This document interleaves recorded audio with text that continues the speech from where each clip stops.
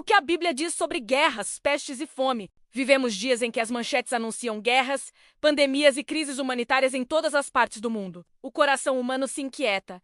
Muitos se perguntam: onde está Deus em meio a tudo isso? Mas para quem conhece a palavra de Deus, nada disso é surpresa. A Bíblia, desde os tempos antigos, já nos alertava sobre esses sinais e, mais do que isso, ela nos ensina como viver com fé, esperança e coragem mesmo nos tempos mais sombrios. 1. Guerras. Prenúncios do fim. Mas não o fim Jesus. Ao falar com os discípulos sobre o fim dos tempos, foi direto: e ouvireis de guerras e de rumores de guerras. Olhai, não vos assusteis, porque é necessário que isso tudo aconteça, mas ainda não é o fim. Guerras sempre fizeram parte da história da humanidade. Desde o Gênesis, com as disputas entre nações, até os dias atuais, vemos o homem buscando poder a qualquer custo. Mas Jesus nos alerta que essas guerras são apenas sinais, não o fim em si. Elas revelam que algo maior está por vir e que devemos estar espiritualmente preparados. A Bíblia não glorifica a guerra, mas a apresenta como uma consequência do pecado humano. Tiago explica de onde vêm as guerras e pelejas entre vós? Porventura não vem disto, a saber, dos vossos deleites, que nos vossos membros guerreiam. A raiz da guerra está no egoísmo, na cobiça e na vaidade humana. Quando o coração do homem se afasta de Deus, ele busca dominar, conquistar, destruir. Mas mesmo em meio às guerras,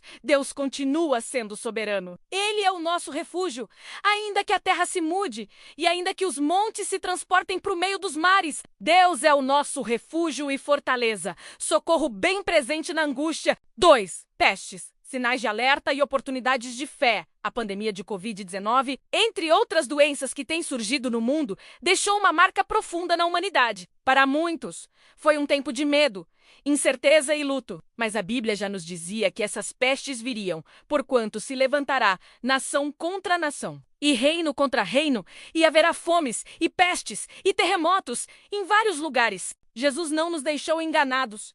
Ele nos disse que haveria pestes. Mas por que Deus permitiria algo tão terrível? A resposta não é simples, mas é clara na palavra. Deus usa até mesmo as tragédias para despertar a humanidade. As pestes nos lembram da fragilidade da vida, do quanto precisamos de Deus e de como o nosso controle é limitado. Elas servem como um alarme espiritual para que o coração do homem volte-se para o Criador. Durante a pandemia, muitas pessoas redescobriram a fé. Igrejas se fortaleceram, famílias oraram juntas, pessoas buscaram a Deus como nunca antes. A dor não vem de Deus, mas Ele pode usá-la para nos restaurar e nos atrair para mais perto dEle. E se o meu povo, que se chama pelo meu nome, se humilhar, orar, buscar a minha face e se converter dos seus maus caminhos, então eu ouvirei dos céus e perdoarei os seus pecados e sararei a sua terra. 3. Fome. Sofrimento humano e chamado à compaixão. A fome é um dos maiores males do nosso tempo. Milhões vivem abaixo da linha da pobreza.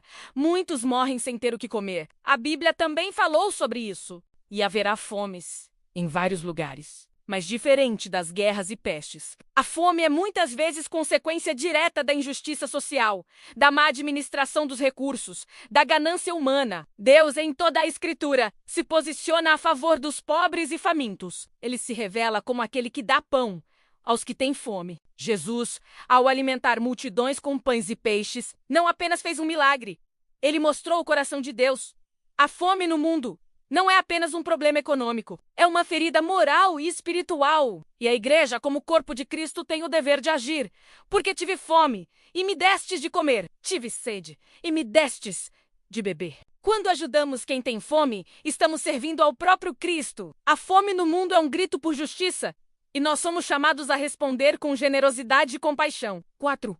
O propósito dos sinais despertar espiritual. Todas essas coisas, guerras, pestes, fome, são sinais de que vivemos num mundo caído, de que o pecado corrompeu tudo ao nosso redor, mas também são sinais de que o tempo está se cumprindo, de que Jesus voltará. Ora, quando essas coisas começarem a acontecer, olhai para cima e levantai as vossas cabeças, porque a vossa redenção está próxima. Os sinais não são para nos assustar, mas para nos preparar. Eles nos lembram que nossa esperança não está neste mundo, mas na eternidade. Eles nos chamam a viver com urgência espiritual, a pregar o evangelho, a amar mais, a buscar santidade. O mundo pode estar em caos, mas o céu continua em ordem. Deus não perdeu o controle. Ele reina soberano e nada escapa ao seu plano. A nossa missão como filhos de Deus é manter a fé ser luz em meio às trevas, consolar os que sofrem e anunciar a esperança que temos em Cristo. 5. A promessa de vitória. Um novo céu e uma nova terra. A Bíblia termina com uma promessa gloriosa. E Deus limpará de seus olhos toda lágrima, e não haverá mais morte, nem pranto, nem clamor, nem dor, porque já as primeiras coisas são passadas. Este mundo passará, as guerras cessarão, as pestes não mais existirão, a fome será eliminada. Deus fará novas todas as coisas, e aqueles que permanecerem firmes, com os olhos em Jesus, herdarão a vida eterna. Não precisamos viver dominados pelo medo das notícias. Precisamos viver guiados pela palavra. O nosso futuro está nas mãos daquele que venceu a morte. E ele prometeu que estaria conosco até o fim dos tempos. Mensagem final. Não tema, creia. Se você está vivendo tempos difíceis, seja por causa da guerra no mundo, das doenças ao redor ou da escassez em sua casa, saiba, Deus está com você. Ele é refúgio na tempestade. Ele é socorro na aflição. Ele é pão no deserto. A Bíblia não nega a dor, mas oferece esperança. A mensagem de Deus para você hoje é: não temas, porque eu sou contigo. Não te assombres, porque eu sou teu Deus. Eu te fortaleço e te ajudo e te sustento com a destra da minha justiça. Mantenha-se firme. Busque ao Senhor com todo o seu coração. Seja uma voz de esperança em meio à crise. E nunca se esqueça: ainda que o mundo esteja em guerra, você pode ter paz no coração, porque Cristo já venceu o mundo.